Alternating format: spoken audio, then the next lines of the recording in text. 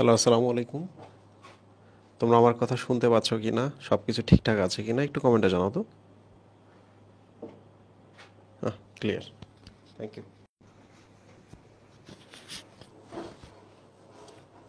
ওকে, so আমাদের আজকে চলন এবং অঙ্গ চালনার ফার্স্ট ক্লাস। আমরা প্রথম থেকে পুরো অস্থি যতগুলো আছে সবগুলোই শেষ করব এবং এখানকার অস্থির সংখ্যা এবং নাম আমরা শিখব।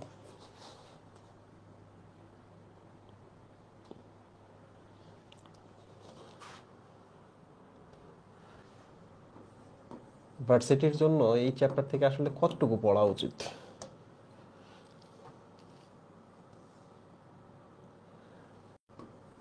তুমি যদি অনলি নেম এবং নাম্বার পড়ো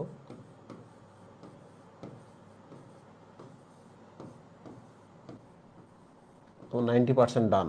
সো যারা মুখস্থ করতে পারো না, ফার্স্ট টাইম চ্যাপ্টারটা পড়ছো, যদি খুব টেনশন হয়, খুব প্রেশার হয়ে যায়, তোমরা শুধু নাম এবং নাম্বার পড়বা। এরপরে এক্সট্রা কি পড়তে হবে এটা আমি জানিয়ে দেবো। বাট যারা 100%-এর জন্য প্রিপারেশন নিচ্ছ তাদের জন্য ডেফিনেটলি আমরা সবাই পড়বো।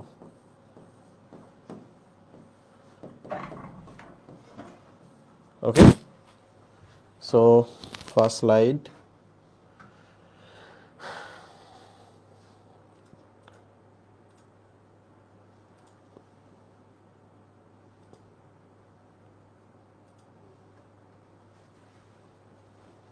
ওকে, সুবি ভাই বুঝতে পারছেন?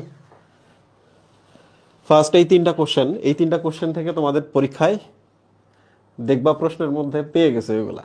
এক নাম্বার হচ্ছে ভ্রূণের কোন স্তর থেকে কঙ্কাল আসে, অস্থি এবং তরুণাস্থি কোন ধরনের টিস্যু, পেশি সংযোগের স্থান প্রদান করে কে?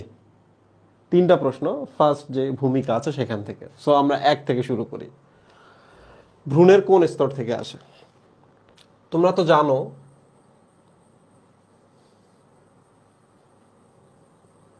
ভ্রূণের একেবারে বাইরের স্তর এইটা, একবারে ভেতরের স্তর হলো এইটা, আর মাঝামাঝি স্তর হলো এই যে এটা। তোমরা একটা জিনিস খেয়াল করো, তোমরা কি জানো এইটার নাম হলো অ্যাক্টোডার্ম? এটা জানো তো নাকি?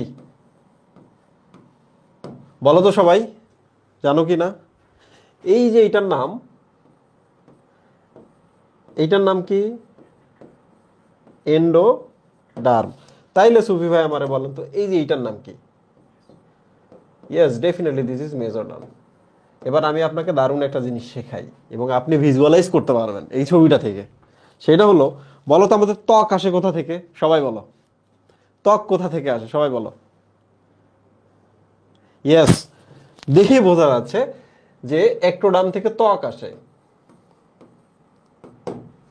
তাইলে এবার তোমরা আমাকে বলো তো, এই যে এখানকার ত্বকের কথা ভাবো, আমার পেট, এই যে এটা।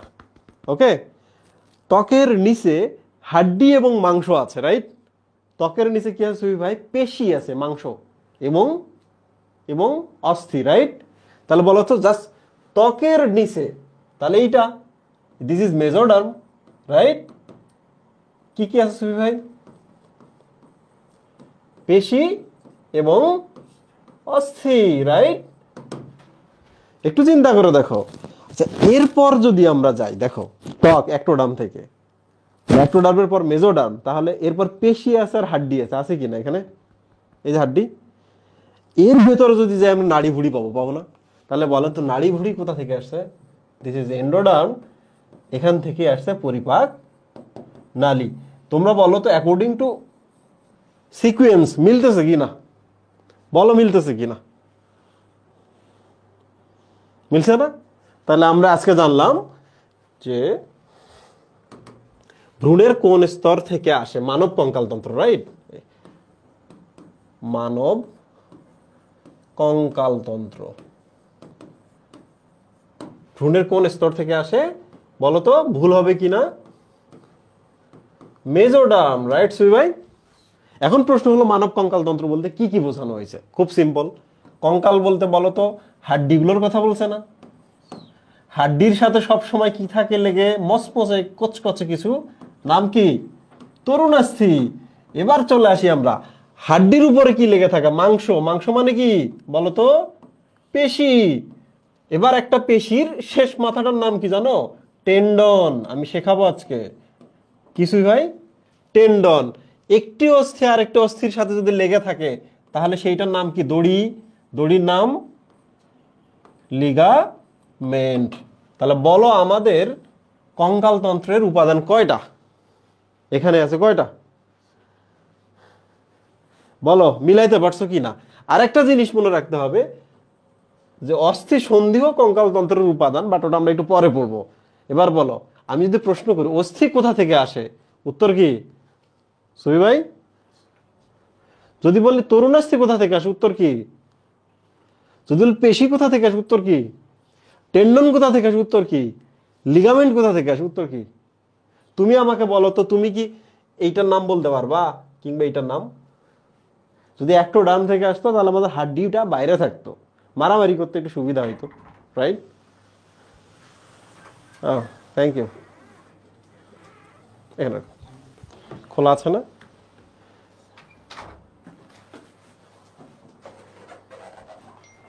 কাটা হয়েছে? আচ্ছা, না না, সেট করার দরকার নেই, খোলা থাকবে। বাইরে কাটো, বাইরে সাউন্ড হবে।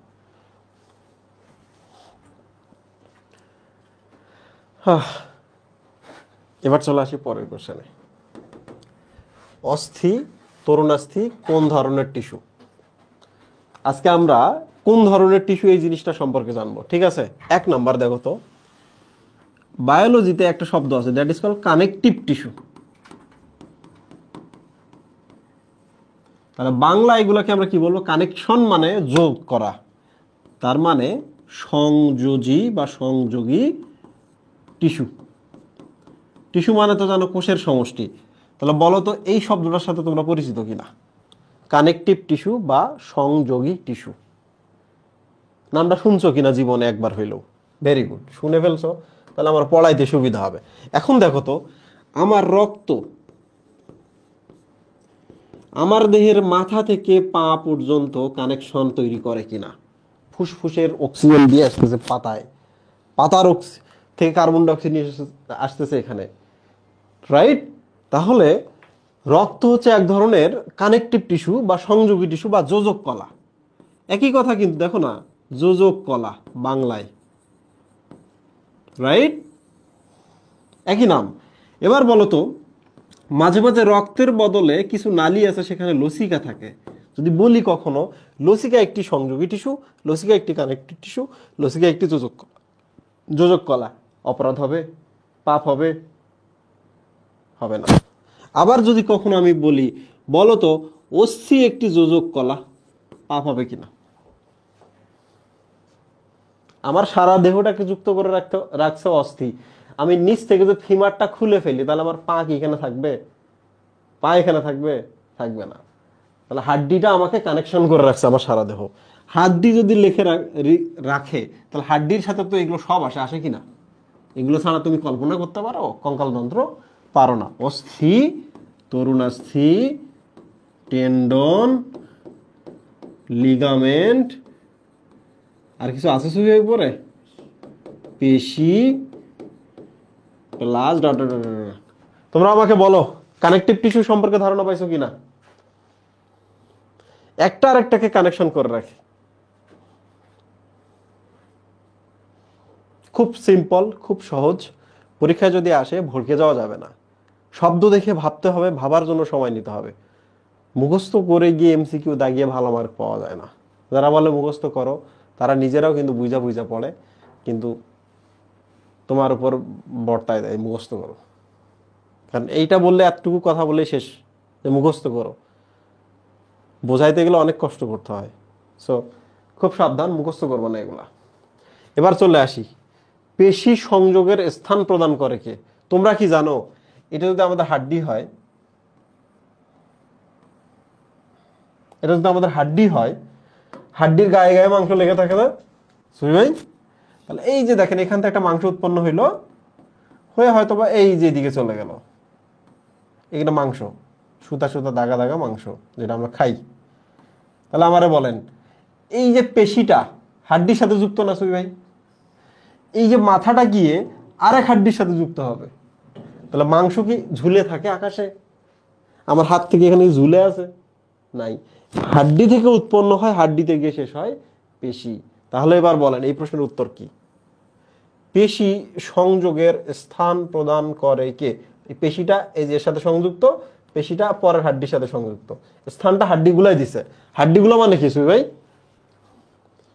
রাইট, ওকে। কঙ্কালতন্ত্রের শ্রেণী বিভাগ। আসো পণ্ডিতি করি।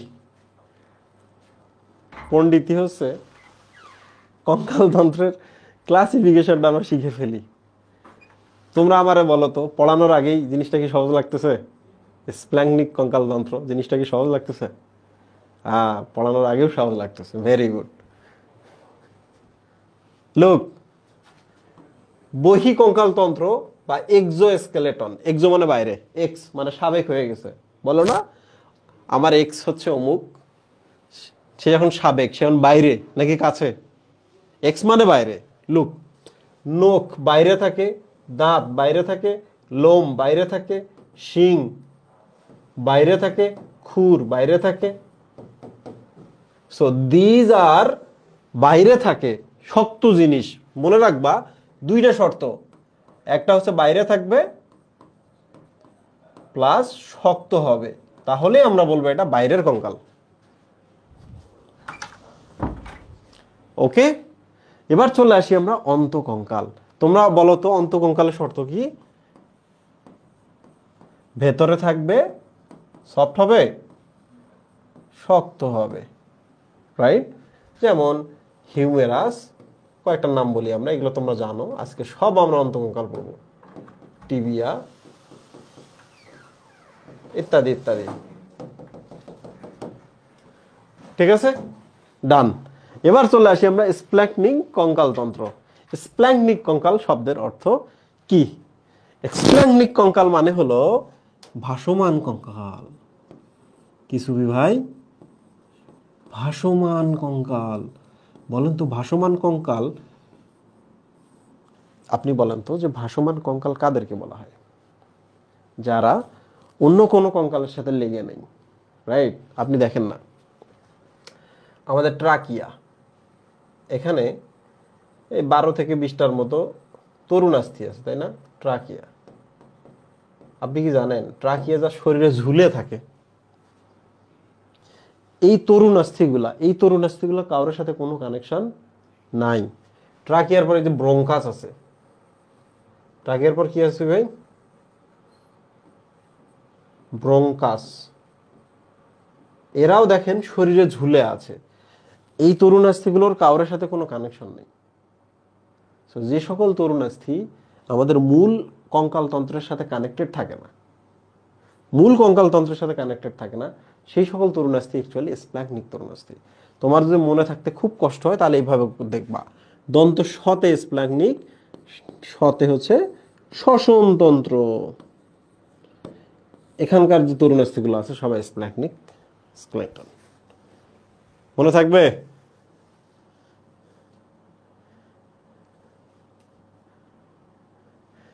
কার এলাকায় ইলেকশন খুব হইতেছে, ইলেকশনের চাপে পড়তে পারছে না?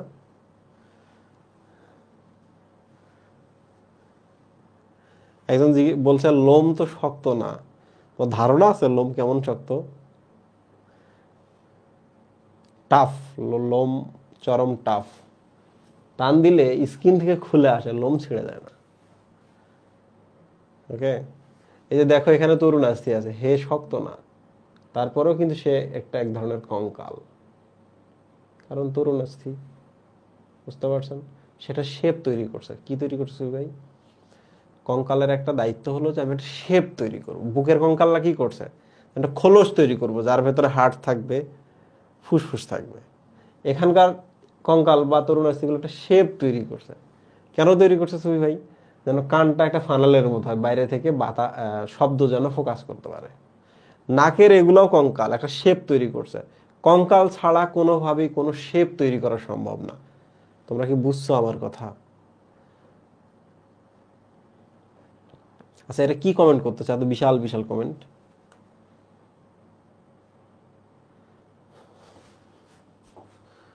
সুবি ভাই, এবার চলে আসি আমরা কঙ্কালতন্ত্রের কাজ। এরপরে কিন্তু আমরা শুরু করব আমাদের খেলা।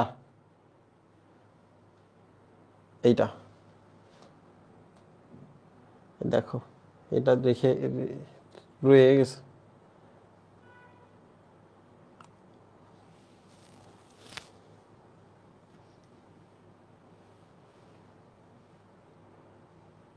প্রিয় স্টুডেন্ট, এখন আমরা শুরু করি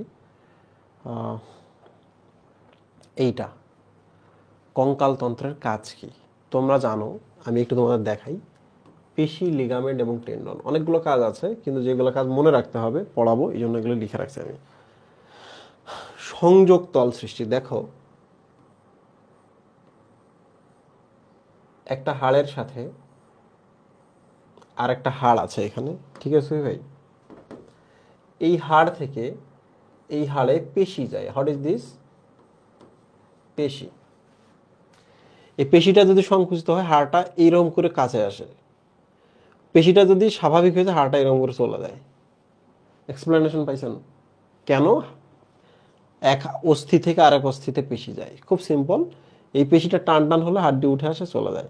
সো আমরা কি এইটা পেলাম না? দেখেন তো, এই পেশিটার জন্য ওই হাড় এবং এই হাড় দুইজনে একটা কানেকশন তল দিল, জায়গা দিল বসার জন্য, রাইট? এবার চলে আসে আমরা লিগামেন্ট। লিগামেন্ট শব্দের অর্থ লাইগেট, লাইগেট করে রাখা, বেঁধে রাখা। এই যে দেখেন সুই ভাই, এই জায়গায় এদের মধ্যে লিগামেন্ট আছে। কি আছে? লিগামেন্ট আছে।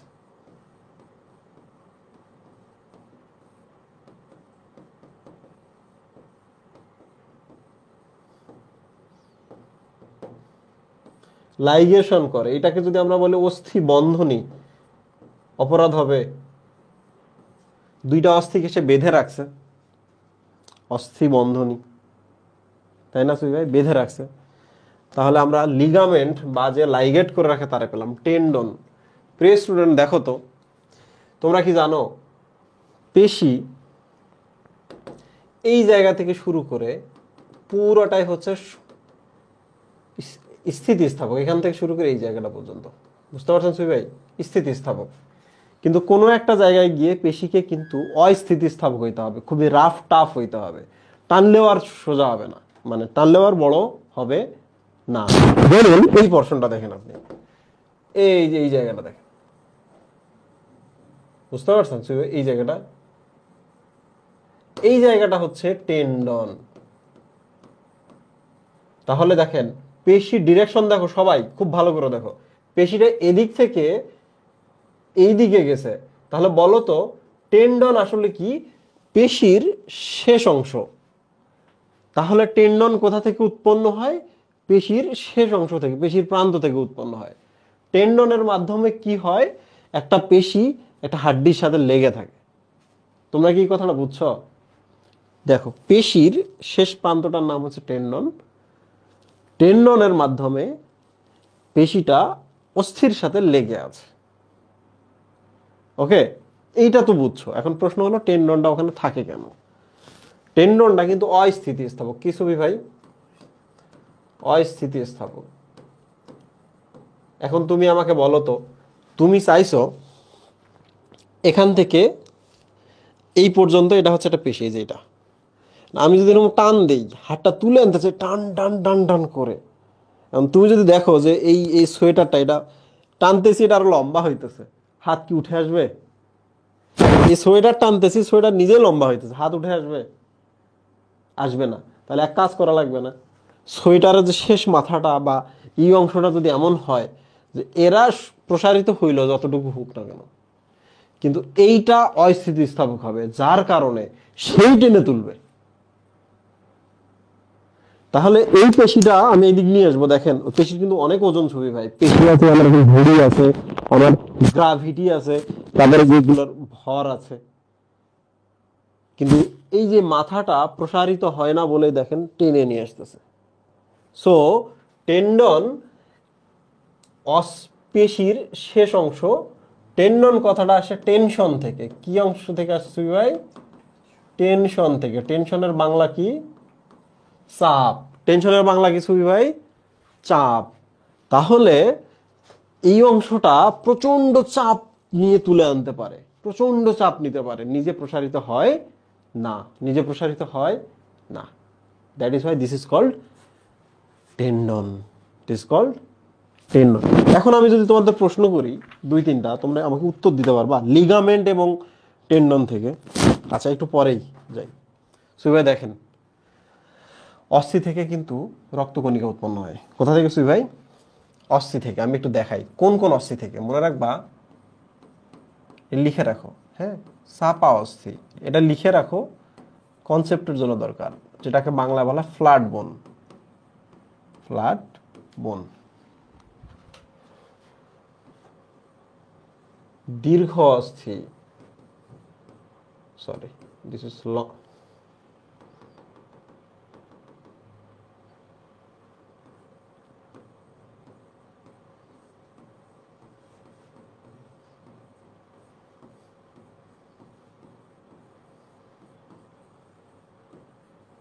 লং বোন।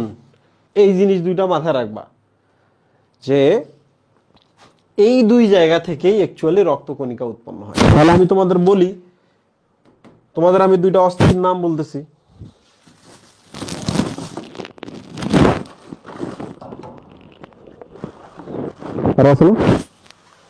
তোমরা আমাকে এই দুইটা দেখে বলো তো, এইটা কোন ধরনের অস্থি, আর এইটা দেখে বলো তো এটা কোন ধরনের অস্থি।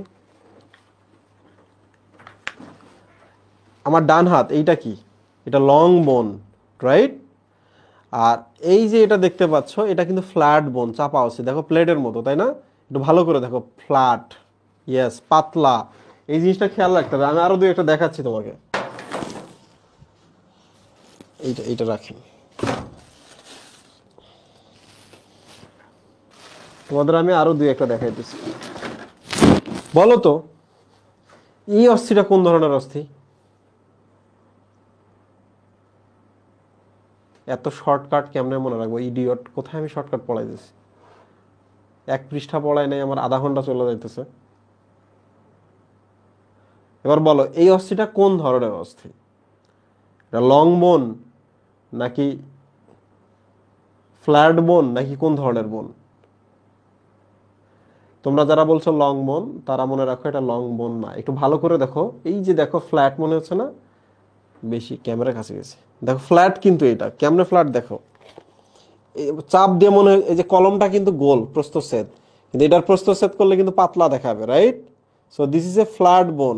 ওকে, দিস, একজন বলতে হিপ বোন, হিপ কোমরে থাকে। So this is a flat বোন। ফ্ল্যাট বোন, ফ্ল্যাট মানে যার প্রস্থচ্ছেদ আমরা পাতলা দেখবো। তোমরা এবার বলো তো আমাকে, এই যে মাথার খুলির যে অস্থিগুলো আছে, এটা যদি আমরা খুলি কোনোভাবে,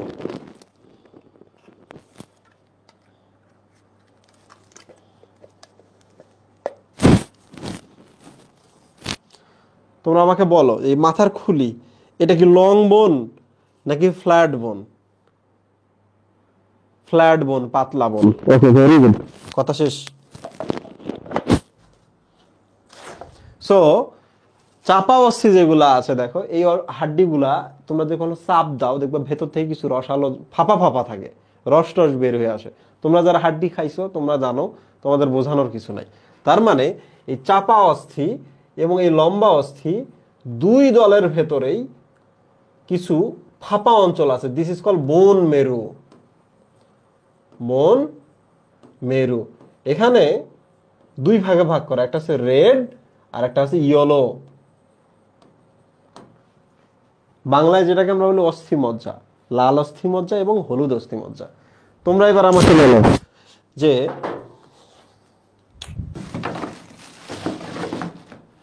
মানবদেহের সবচেয়ে বড় অস্থি হলো এইটা। হ্যাঁ, মেডিকেল কলেজে যখন মারামারি লাগে, হকি স্টিক তো নাই, এইটাতে মারে। This is femur.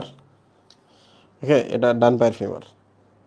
তোমরা আমাকে বলো যে এই অস্থিটার দুইটা প্রান্ত আমি তোমাকে দিলাম, একটা হচ্ছে উপরের প্রান্ত আর একটা হলো নিচের প্রান্ত। তোমাকে আমি বললাম যে কোন প্রান্তটা থেকে কোন প্রান্তটা গেলে আমরা লাল অস্থিমজ্জা পাবো। বিশেষ করে মনে করো আমি ফিমার দেখাইতেছি, উপরের প্রান্ত এবং নিচের প্রান্ত। কোথায় গেলে আমি লাল অস্থিমজ্জা পাবো? উপরে পাবো। কারণটা আমি তোমাকে বলি, হলুদ হয় বেসিক্যালি চর্বির কারণে। অস্থিমজ্জার ভেতরটা হলুদ হয়ে যায় চর্বির কারণে। তো বয়স যত বাড়ে আমাদের দেহে তত চর্বি জমে, আর যত বেশি চর্বি জমে সে চর্বিগুলো সব নিচের দিকে গ্র্যাভিটির কারণে ডিপোজিট হয়। তাহলে সব সময় উপরেরটায় লাল থাকবে আর চর্বিগুলো সব নিচের দিকে জমবে। বুঝতে পারছো? ওকে, তাহলে আমরা বলবো লম্বা যে অস্থিগুলো আছে তাদের উপরের প্রান্তটা যেহেতু লাল, তার লম্বা অস্থির উপরের প্রান্ত থেকে এবং চাপা অস্থির ভেতর থেকে কি উৎপন্ন হবে? ভেতরে কি পাবো আমরা? রেড অস্থিমজ্জা বা লাল অস্থিমজ্জা, যেখান থেকে রক্তকণিকা উৎপন্ন হবে। ঠিক আছে, এটা সামনে আমরা আবার পাবো। অস্থির প্রকার ভেদে গিয়ে আমাদের পড়তে সুবিধা হবে। চাপা অস্থি এবং লম্বা অস্থির ভেতরে লাল অস্থিমজ্জা থেকে প্রতি সেকেন্ডে কত লক্ষ রক্তকণিকা উৎপন্ন হয়? বই দেখে নাও। নিঃশ্বাস প্রশ্বাস এবং শ্রবণ। তোমরা তো জানো যে আমরা যখন নিঃশ্বাস প্রশ্বাস নেই তখন আমাদের বুকের রিবগুলা বা পরশুকাগুলো উপরে নিচে নামে, উপরে নিচে নামে, রাইট? তাহলে আমরা লিখব নিঃশ্বাস প্রশ্বাসে যে জড়িত থাকে তার নাম পরশুকা।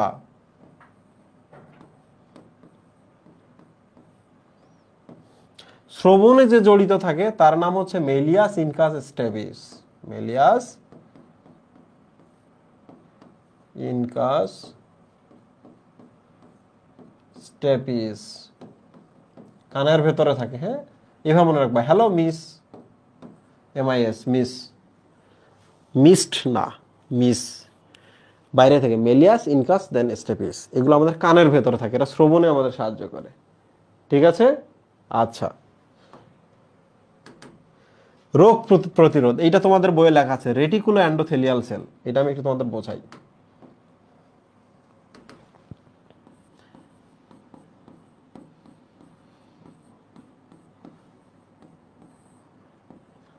রেটিকুলো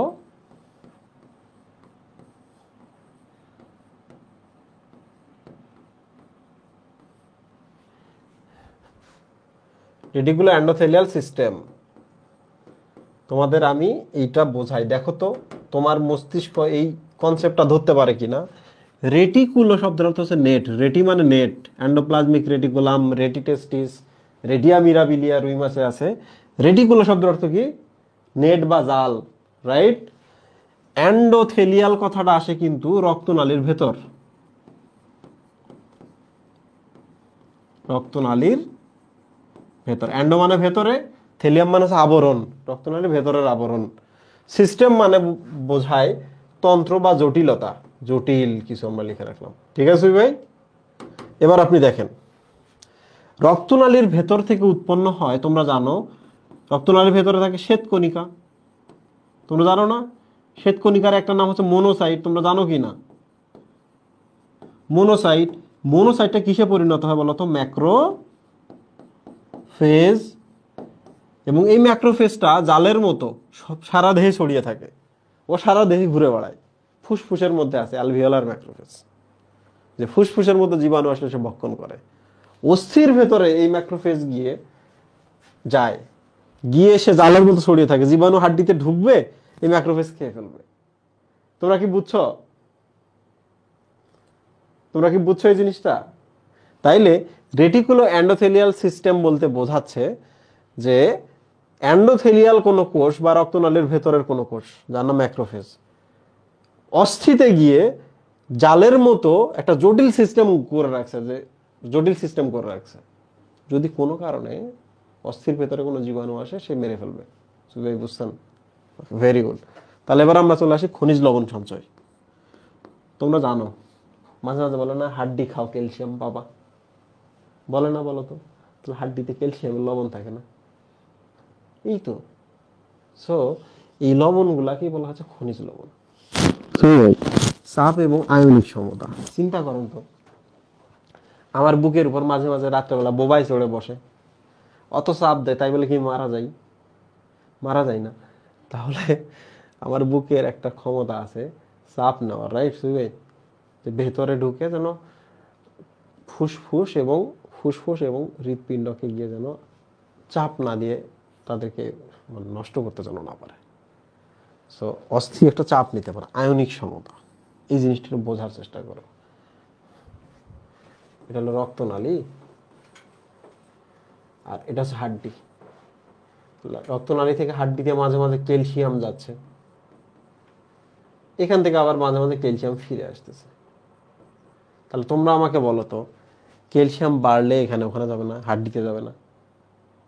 আবার এখানে যদি কমে তাহলে হাড্ডি কি ক্যালসিয়াম পাঠাবে না? তো ব্যাপারটা কি দাঁড়াইলো, যে হাড্ডির একটা ক্ষমতা আছে, রক্তে যদি ক্যালসিয়াম আয়ন বা অন্য কোনো আয়নের পরিমাণ কমে বা বাড়ে সে দিয়ে দিবে। বুঝতে পারছো? আচ্ছা, মজাই লাগে পড়াইতে, পড়াইতে খুব মজা লাগে, কষ্ট খুব। আমি দুইটা টার্ম আছে এখানে, একটা হলো হরমোনাল নিয়ন্ত্রণ আর একটা হচ্ছে রাসায়নিক শক্তি, লিখে রাখি এখানে।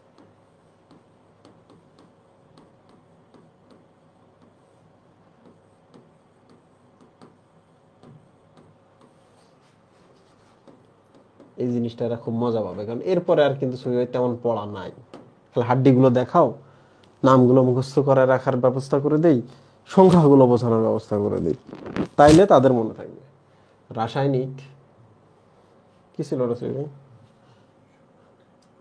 রাসায়নিক শক্তি। সবার আগে আমরা চলে আসি রাসায়নিক শক্তিতে। তোমরা বলো তো, হাড্ডির এই যে নিচের দিকে কি থাকে? এইদিকে, এদিকে হলুদ অস্থির মধ্যে থাকে না, এই যে হলুদ, রাইট সুই ভাই? তাহলে কাজ করি, আমরা এটাকে জুম আউট করি। কি করব? জুম আউট করব, জুম ইন করব। আমরা এই জায়গায় যদি দেখি, দেখবো কিছু এরকম কোষ আছে, কিছু কোষ আছে। এই কোষগুলোর ভেতরে বেসিক্যালি চর্বি থাকে। ঠিক আছে ভাই? এই যে কোষগুলো দেখতে পাচ্ছেন না, তাহলে এই কোষগুলোর নাম কি? চর্বি কোষ না? চর্বি কোষ, যার ভেতরে চর্বি থাকে। চর্বিকে তো ছেড়ে রাখা যায় না, ছেড়ে রাখলে কিন্তু মারা যাবে বাবা। রক্তে অল্প কিছু চর্বি ঘুরে বেড়ায়, তাতে হার্ট অ্যাটাক হয়ে ফেলে। রক্তে অল্প কিছু চর্বি ঘুরে বেড়ায়, তাতে হাই প্রেশার। রক্তে অল্প একটু চর্বি ঘুরে বেড়ায়, তাতে স্ট্রোক। তাহলে চর্বিকে সবসময় কি করতে হয় বলো তো? একটা কোষের ভেতরে রাখতে হয়। ওই কোষের নাম কি? চর্বি কোষ। চর্বিগুলাকে কোষের ভেতরে কি করছো? ডিপোজিট করে রাখছো। আবার বলো, চর্বিগুলাকে কোষের ভেতরে কি করে রাখছো? ডিপোজিট করে রাখছো। তাহলে এই কোষটার নাম কি? এডিপোজ টিস্যু না? চর্বি কোষের আর এক নাম কি হচ্ছে? এডিপোজ টিস্যু, যেখানে চর্বি ডিপোজিট করা আছে, যেখানে চর্বি ডিপোজিট করে রাখা আছে। এই বুঝছো কি না বলো?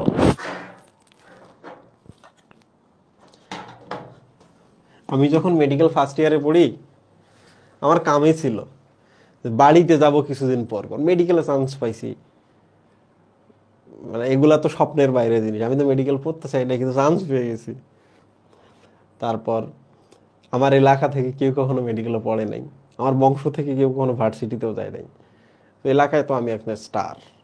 কি করা যেতে পারে?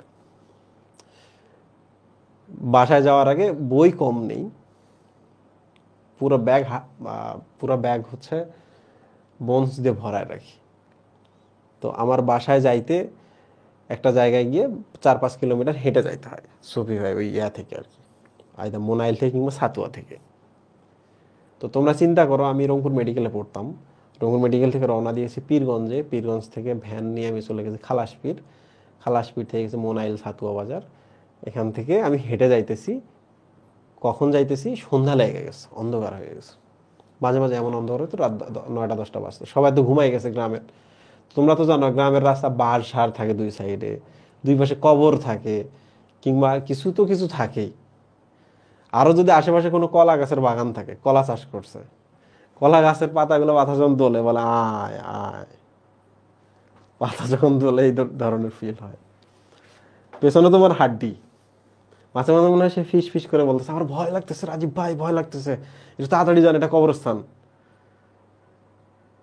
মানে আমার বোন আমারে বলতেছে, ভয় লাগতেছে ভাই, ভয় লাগতেছে, তাড়াতাড়ি পালালে এখান থেকে, এটা কবরস্থান। আমার প্রচন্ড ভয় লাগতো, বাট এটা একটা জার্নি ছিল। মেডিকেল ফার্স্ট ইয়ার অসাধারণ জার্নি ছিল। আচ্ছা, সো এডিপোজ টিস্যুটা আমরা বুঝলাম। এখন আমরা চলে আসি আমরা হরমোনাল ক্রিয়া। ঠিক আছে, অস্থি থেকে একটা হরমোন ক্ষরণ হয়, তার নাম হচ্ছে, খুবই সহজ,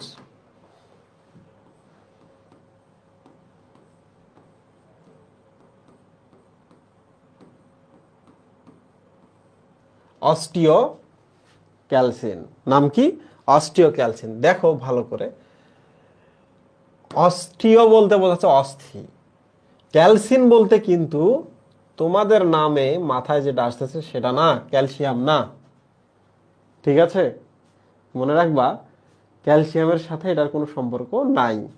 তাহলে অস্টিওক্যালসিন কি করে দেখো, এই অস্টিওক্যালসিন গিয়ে এখানে যায়, এই যে এখানে হাড্ডি থেকে ক্ষরণ হয় অস্টিওক্যালসিন হয়ে এখানে গেল, গিয়ে এদেরকে বলতেছে দিস ইজ রক্তনালী। What is this? This is রক্তনালী।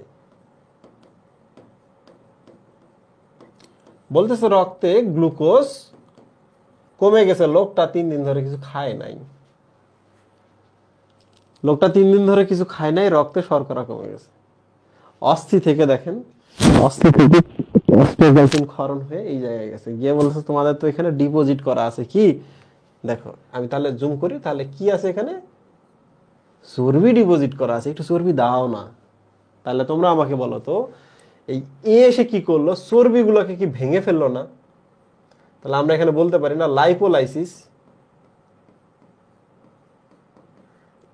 লাইপোলাইসিস, লাইপো শব্দের অর্থ হচ্ছে লিপিড, লাইসিস মানে ভাঙা।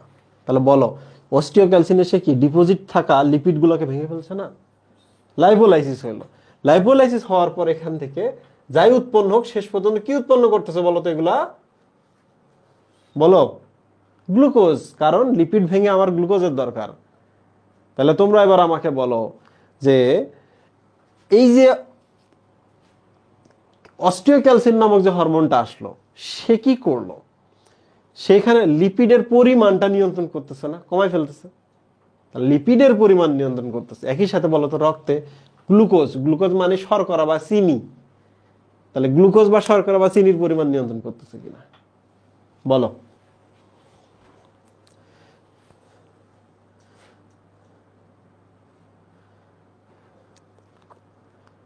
তোমরা কি আমার কথা বুঝতে পেরেছো? তোমরা কি পণ্ডিত হয়েছো এই কাজটাতে? শুধু এতটুকু যদি কোনোদিন গিয়ে ক্লাসে স্টুডেন্টের বোঝাইতে পারো, তাইলে তোমরা একটা বায়োলজির ব্যাচ খুলে ফেলতে পারবা। 5000 স্টুডেন্ট ভর্তি হবে, ফার্স্ট মান্থে 50 লাখ টাকা ইনকাম করবা, লাইফ সেট। হ্যাঁ, তোমরা পরীক্ষার জন্য যতটুকু পড়ো, আমি তোমাদের ক্লাস নেওয়ার জন্য তার থেকে বেশি পড়ি। সো তোমরা এটা সবসময় মনে রাখবা, রাজীব ভাই যেহেতু ক্লাস নেওয়ার জন্য পড়তেছে, তাহলে ডেইলি অন্তত আমি যদি 4 ভাগ বা 5 ভাগ করি পুরো ডেটাকে, তাহলে আমি ওই সময়টা পুরোটাই বায়োলজি পড়বো।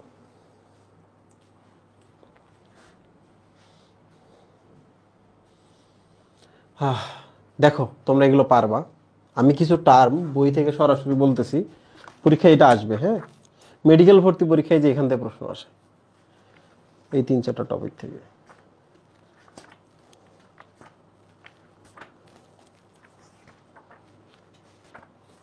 কয়টা টার্ম এখানে শিখে নাও ভালো করে।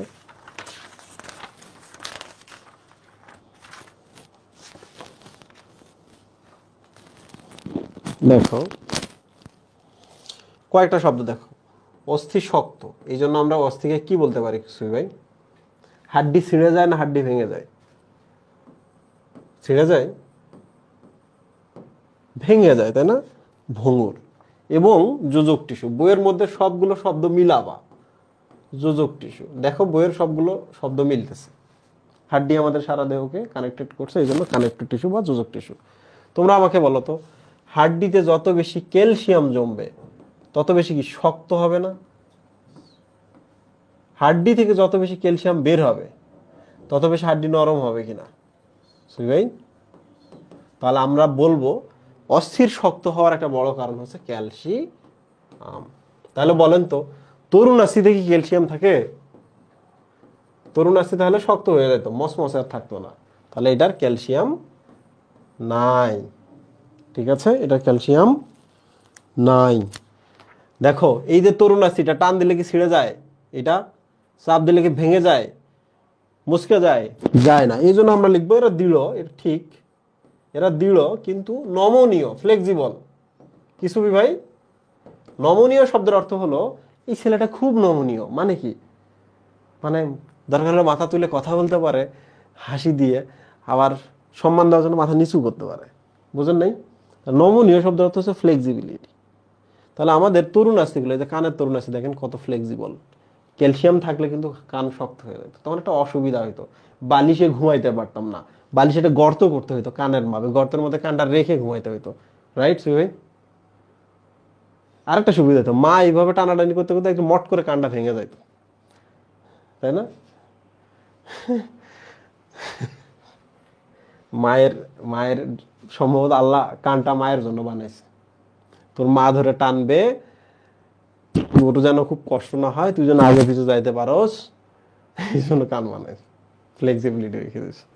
লিগামেন্ট সুবি ভাই, কিছুক্ষণ আগে আমরা লিগামেন্ট পড়ে আসলাম, ওরা সব জানে।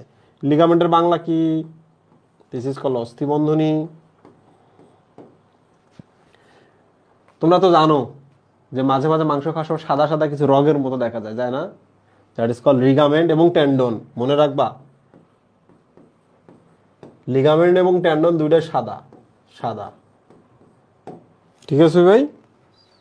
আচ্ছা, লিগামেন্ট দড়ি, দড়ি দিয়ে কি শক্ত করে আমরা এই জয়েন্টটাকে বাঁধছি না একটু ফ্লেক্সিবল করে বাঁধছি সুই ভাই? ফ্লেক্সিবল করে বাঁধছি।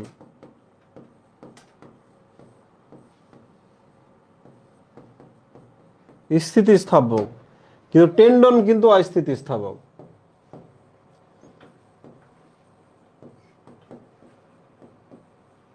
রাইট সুই ভাই? আর অস্থি সন্ধি মানে বুঝতেই পারতেছো, যে জায়গায় এক বা একাধিক অস্থি এসে মিলিত হয়, একটা স্পেস ক্রিয়েট করে, মুভমেন্ট করে, দ্যাট ইজ কল্ড।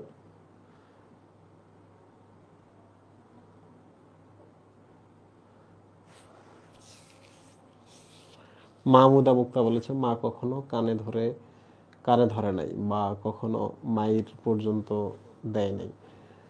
মাহমুদা মুক্তা, আপনার ফ্যামিলি খুবই দারুণ, এটা আমি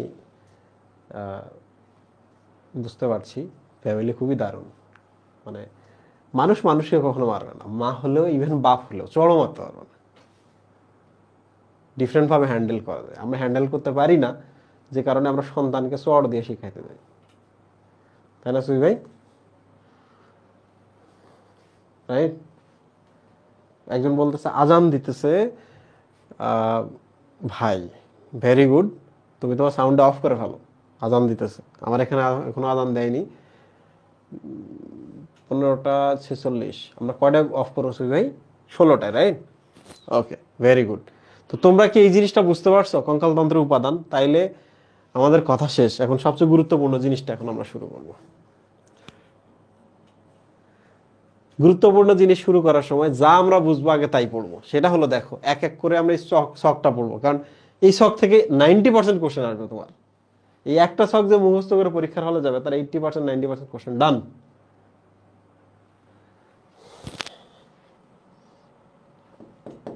দেখো প্রথমে যে শব্দটা বলছে প্রধান ভাগ, অক্ষীয় কঙ্কাল বলছে এবং উপাঙ্গীয় কঙ্কাল বলছে। তাহলে আমরা চলে আসি হোয়াট ইজ অক্ষীয়, হোয়াট ইজ উপাঙ্গিক। এই যে এটা হলো অক্ষীয়, দেখো মাথা, দিস ইজ মেরুদণ্ড,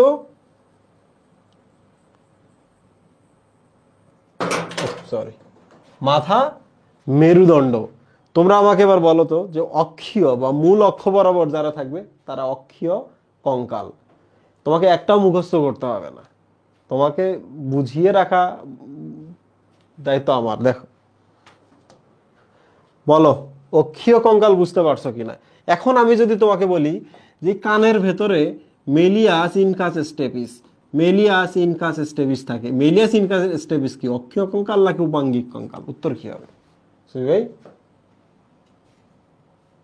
বলেন সুই ভাই, অক্ষীয় কঙ্কাল না উপাঙ্গিক কঙ্কাল?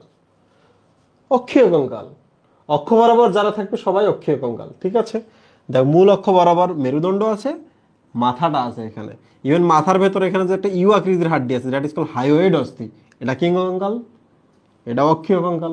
এবার বলো এই যে মেরুদণ্ড থেকে এরকম কিছু তৈরি হয়, সামনে আসে, বলো তো এগুলো কি? বলো, বাংলায় বলো, এগুলো কি? বক্ষ পিঞ্জরের জন্য কি এগুলা? পরশুকা। তোমরা এবার আমাকে বলো যে এগুলো অক্ষীয় কঙ্কাল না উপাঙ্গিক কঙ্কাল? মূল অক্ষ থেকে এরা উৎপন্ন হয়েছে সুই ভাই। মূল অক্ষ থেকে উৎপন্ন, মূল অক্ষে চলে আসে, দেখেন সামনে থেকে পেছ সামনেই আসে। সো স্টিল তারা অক্ষে আছে, সো দে আর অক্ষীয় কঙ্কাল। এখন প্রশ্ন হলো অক্ষীয় কঙ্কাল কারা কারা? খুবই সিম্পল। দেখো অক্ষীয় কঙ্কাল কারা কারা।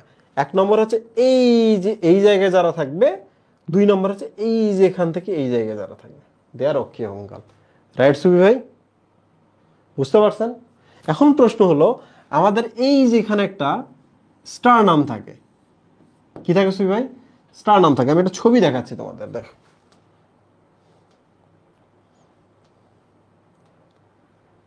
এই যে দেখো, অক্ষীয় কঙ্কাল হিসেবে আমরা এই মেরুদণ্ডটার কথা বলছি, তাই না? এই যে পেছনে মেরুদণ্ডটা এই যেখান থেকে শুরু করছে, অক্ষীয় কঙ্কালের জন্য আমরা তোমাকে বলেছি এইটা হলো অক্ষীয় কঙ্কাল, পেছন থেকে এসে আবার সামনের মাঝখানে আসতেছে, মূল অক্ষে আছে, এটা অক্ষীয় কঙ্কাল। আবার বলো তো তাহলে স্টার নামটা কি অক্ষীয় কঙ্কাল কিনা? মূল অক্ষ বরাবর আছে। ইয়েস। সো আমরা অক্ষীয় কঙ্কাল সম্পর্কে ধারণা পেয়েছি।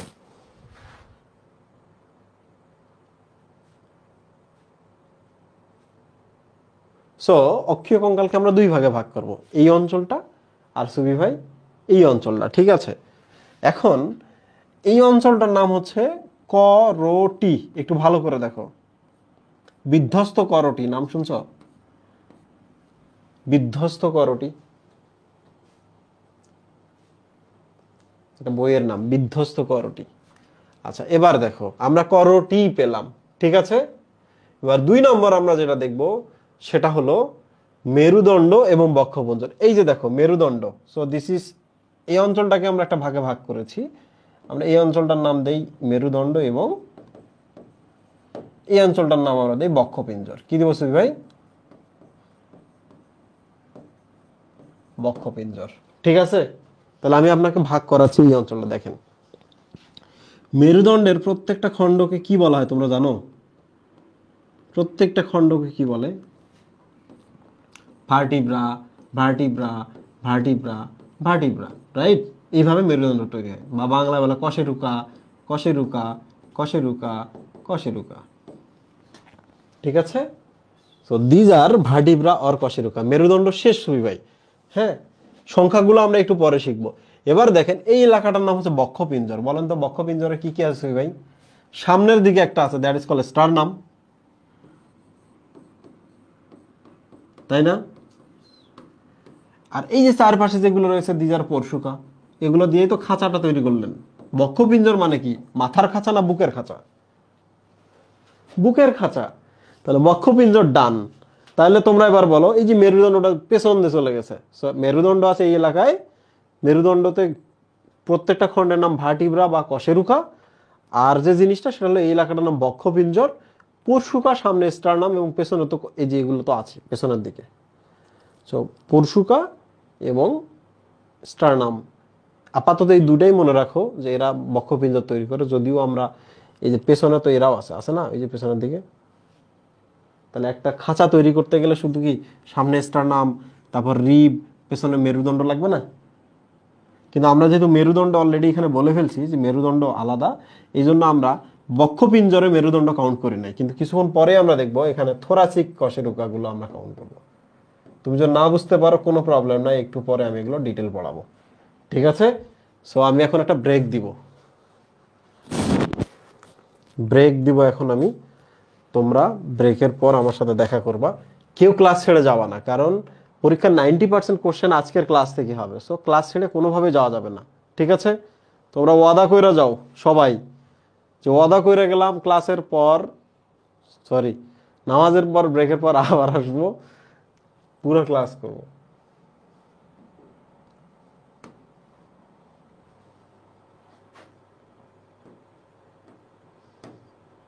20 মিনিট সময় দিলাম, মন যাচাই করে এসো যাও।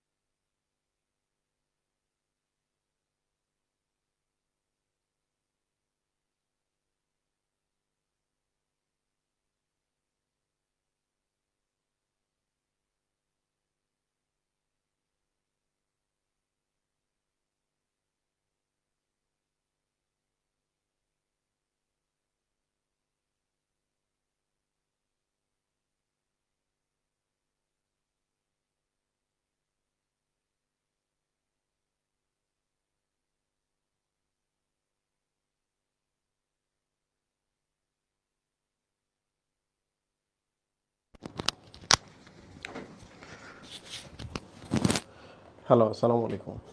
শুনতে পাচ্ছেন তো সবাই?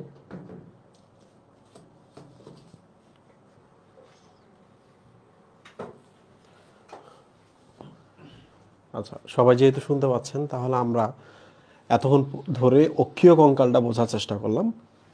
অক্ষীয় কঙ্কাল মানে হচ্ছে মানুষের দেহের মূল অক্ষ বরাবর যারা থাকে, মূল অক্ষ বরাবর থাকে তারাই হচ্ছে অক্ষীয় কঙ্কাল। অক্ষীয় কঙ্কালকে আমরা দুই ভাগে ভাগ করেছি।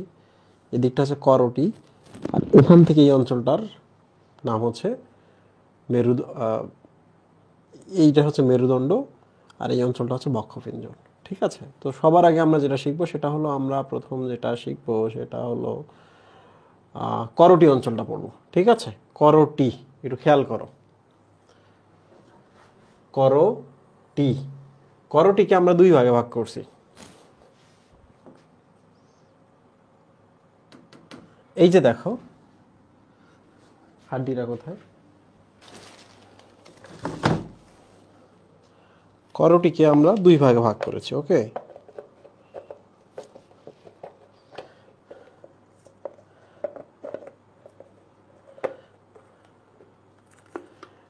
ভালো করে দেখো। এই যে এই জায়গায় যে অস্থিগুলো আছে, এই জায়গায়, এগুলো কিন্তু মুখমণ্ডলীয় অস্থি, তাই না? ফেসের কাছে কাছে আছে, দিজ আর মুখমণ্ডলীয় অস্থি। আর এই জায়গায় যে অস্থিগুলো রয়েছে এগুলোকে আমরা কি বলতে পারি? খুলির অস্থি, মাথার খুলি এগুলো, রাইট? তাহলে এই জায়গার অস্থিগুলোর নাম হচ্ছে মুখমণ্ডল। একটু ভালো করে খেয়াল করো, দিজ আর মুখমণ্ডল। আর এই জায়গার নাম হচ্ছে খুলি। ঠিক আছে, দিজ আর খুলি। এই যে দেখো, এই যে এই জায়গা থেকে এই অঞ্চলটার নাম হচ্ছে খুলি। সো আমরা এক কাজ করি,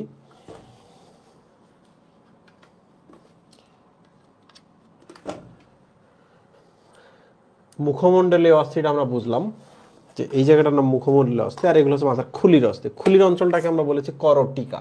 তাহলে এবার বলো তো, করটি বড় না করটিকা বড়?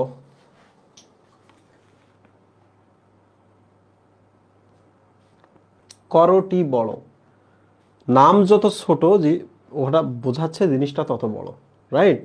তাহলে আমরা প্রথমে চলে আসি করটিকা। এখন আমরা পড়বো করটিকা। ঠিক আছে, আচ্ছা, এই যে দেখো করটিকায় চলে আসি। তাহলে বলো তো, আমরা প্রথমে পড়তেছি করটি কি। তোমরা এক কাজ করো, তোমরা তোমাদের বইয়ের ওই চ্যাপ্টারের ওই পেজটা বের করে রাখো, তাহলে বারবার যখন শব্দগুলো পড়বো কোথায় আছে মিলিয়ে নিতে সুবিধা হবে। আমরা পড়তেছি কি সুবি ভাই? করটি। অক্ষীয় কঙ্কাল কি পড়তেছি? করটি। করটির কোন অঞ্চলটা পড়তেছি? করটিকা অঞ্চলটা পড়তেছি, রাইট? কোন অঞ্চলটা পড়তেছি? করটিকা। তাহলে দিস ইজ মুখমণ্ডলীয় অস্থি এন্ড দিস ইজ করটিকা। ঠিক আছে, এই যে এই জায়গা দেখো ভালো করে, একটু ভালো করে খেয়াল করো। ঠিক ছবি তুলছি না, এটা ছবি ওঠে না। প্রথমে যে হাড্ডিটার কথা বলি, তোমরা কি দেখতে পাচ্ছ? এই যে দেখো কপাল গঠনকারী যে হাড্ডিটা, এটাকে আমরা বলতে পারি, এই যে দেখো দাগ আছে এখানে কিন্তু, এই যে দেখছো, এখান থেকে এখান থেকে এই যেখান থেকে এখান থেকে, দিস ইজ ফ্রন্টাল অস্থি, ফ্রন্টে থাকে, right? So this is frontal. আগে বোঝো জিনিসগুলা, দেন আমরা নামগুলো কিভাবে মনে রাখতে হয় শিখবো। আমরা পড়তেছি কি, করটি নাকি করটিকা? করটিকা। সবার আগে আসলো কি? ফ্রন্টাল। ফ্রন্টালের পর একটু,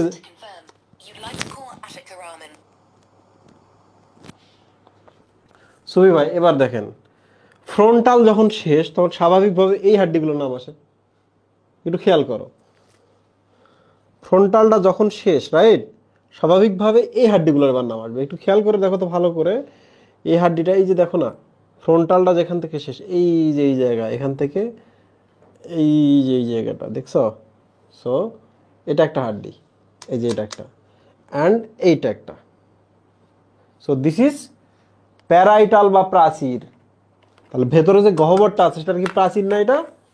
ইয়েস, তাহলে যে এখানে হাত দাও, ফ্রন্টালের পরে যে জায়গাটা, this is called parietal, right? Parietal, parietal শব্দ তো প্রাচীর। তাহলে দেখো ফ্রন্টাল, ফ্রন্টাল থেকে আমরা কি করতেছি? পেছনে যাচ্ছি। So this is parietal. আরো পেছনে যদি যাই আমরা অক্সিপিটাল পাবো। কি পাবো? অক্সিপিটাল। এই যে দেখো ভালো করে, ফ্রন্টাল, প্যারাইটাল, অ্যান্ড যদি আরো পেছনে যায়, এই যে দেখো, দিস ইজ কল অক্সিপিটাল, যেটার উপর আমরা বালিশে যখন মাথা রাখি এটা দিয়ে, কি নাম? অক্সিপিটাল। এই যে দেখো, অক্সিপিটাল, কেপুট মানে হলো মাথা, আর অক্সি মানে হচ্ছে এগেইনস্ট, মাথার এগেইনস্ট বা মাথার পেছনে যা থাকে তার নাম হচ্ছে অক্সিপিটাল। তাহলে বলেন ডিরেকশন সি ভাই, ফ্রন্টাল, টেম্পোরাল আছে এখানে, পেছনে হচ্ছে অক্সিপিটাল, রাইট? এবার চলে আসে আমরা দুই সাইডে, যে কানের যে ছিদ্রটা আছে না, তাহলে এই জায়গায় যে হাড্ডিটা থাকবে, কানের ছিদ্র আছে যে হাড্ডিটার মধ্যে, এই জায়গায়, এই যে দেখো কানের ছিদ্র আছে এই যে এখানে, তাহলে এই যে হাড্ডিটা তোমরা দেখতে পাচ্ছ এইটা, আর এই যে এখানে যে হাড্ডিটা দেখতে পাচ্ছ এইটা। সো দিস ইজ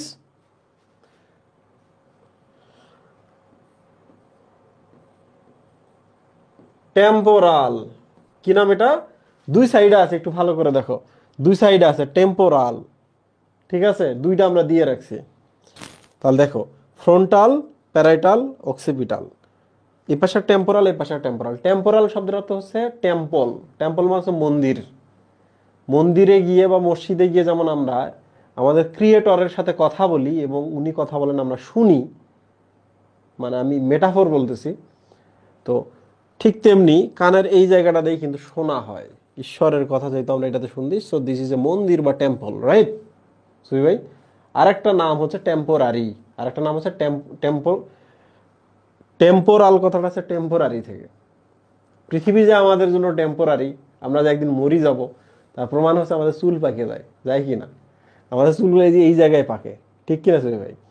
তো যেহেতু এখানে সবার আগে পাকে, এটা দ্বারা প্রমাণ করা হয় পৃথিবী টেম্পোরারি। তাহলে এখানকার হাড্ডিটার নামই টেম্পোরারি বা টেম্পোরাল হাড্ডি, রাইট? বুঝছেন? ক্লিয়ার? আচ্ছা, so frontal, parietal, temporal, sorry, frontal, parietal, occipital, দুই সাইডে হচ্ছে টেম্পোরাল। দেন যেটা, সেটা হলো স্ফেনয়েড এবং অ্যাথময়েড। এটা তো বোঝানো খুব মুশকিল, আমি এক কাজ করি, মাথা খুলি।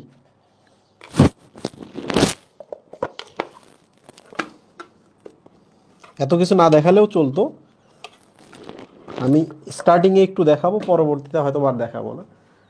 দেখো, এটা হচ্ছে মাথা, রাইট? একটু ভালো করে দেখো তো, এই যে হাড্ডিটা, এই যে যেটার উপর আমাদের ব্রেন থাকে,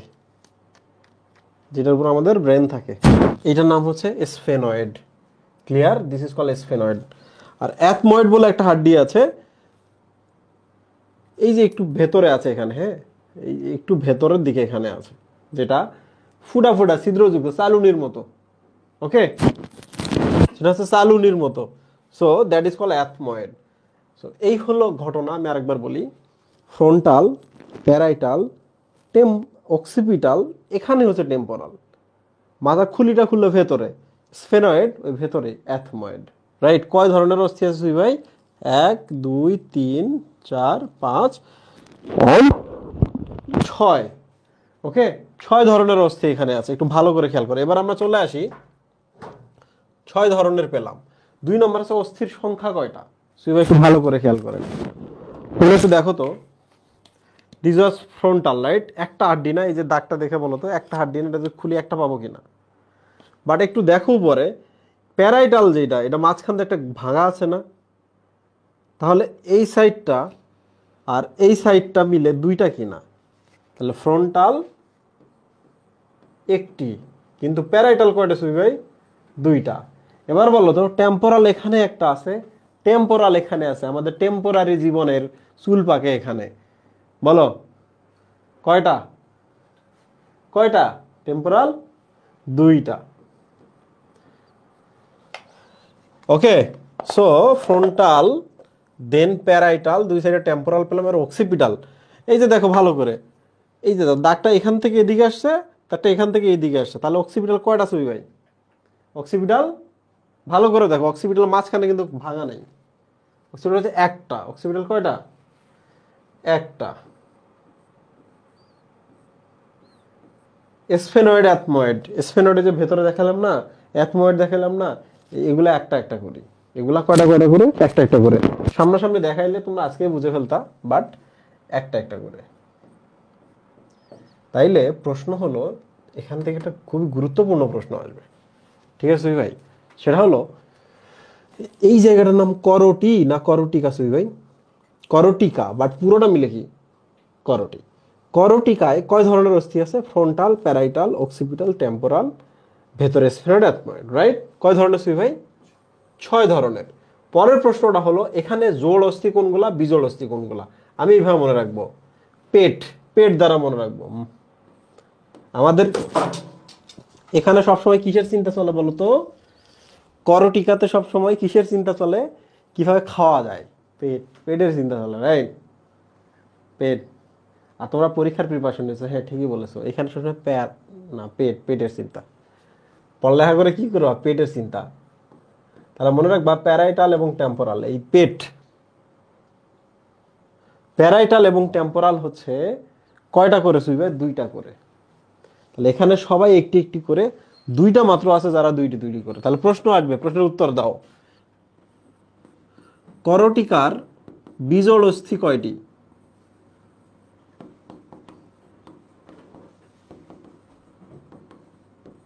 বিজোড় অস্থি কয়টি?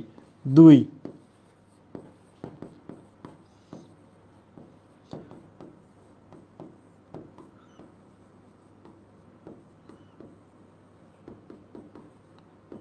করটিকার জোড় অস্থি কয়টি সুবি ভাই?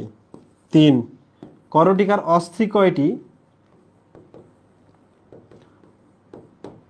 4। করটিকায় অস্থি কত ধরনের? কত ধরনের? 5। প্যারাইটাল অস্থি কয়টি?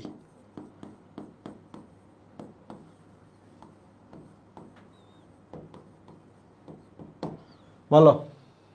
এই প্রশ্নগুলোর যদি উত্তর দিতে পারো তাহলে তোমাদের করটি যত প্রশ্ন আছে সবগুলো কিন্তু কভার হয়ে যাবে। ঠিক আছে? তাহলে চিন্তার একদমই কিছু নাই। আরে দেখো, জাহাঙ্গীরনগর ইউনিভার্সিটিতে প্রত্যেক তোমরা কোশ্চেন ব্যাংকের ভেতরেই দেখবা যে একই বছর মনে হচ্ছে যে একই টপিক থেকে 6টা প্রশ্ন আসছে বা 4টা প্রশ্ন আসছে। এর কারণ হলো কি জানো? সকালের প্রশ্নের মধ্যে দিবে ফ্রন্টাল অস্থি কয়টি, তাহলে দুপুরের প্রশ্ন দিবে প্যারাইটাল কয়টি, বিকালের প্রশ্ন দিবে হচ্ছে টেম্পোরাল কয়টি, রাত 12টার প্রশ্ন দিবে অক্সিপিটাল কয়টি। বুঝতে পারছো? তার মানে প্রশ্ন কিন্তু সবসময় এক জায়গা থেকেই করে। যেদিন প্রশ্ন হবে, যত শিফট হোক না কেন, সবসময় এক জায়গা থেকে প্রশ্ন হবে। ঠিক আছে? আচ্ছা, তাইলে এবার আমরা চলে আসি বাকি জিনিসগুলোতে। এখানে খুব গুরুত্বপূর্ণ কিছু জিনিস আছে। তোমরা আমারে বলো তো, ব্রেনের লেজটা কোন হাড্ডিটার ভেতর দিয়ে বের হবে? ব্রেনের লেজটা কোন হাড্ডিটার ভেতর দিয়ে বের হয়ে নিচে যাবে? Any idea? দেখি তোমার পারো কিনা।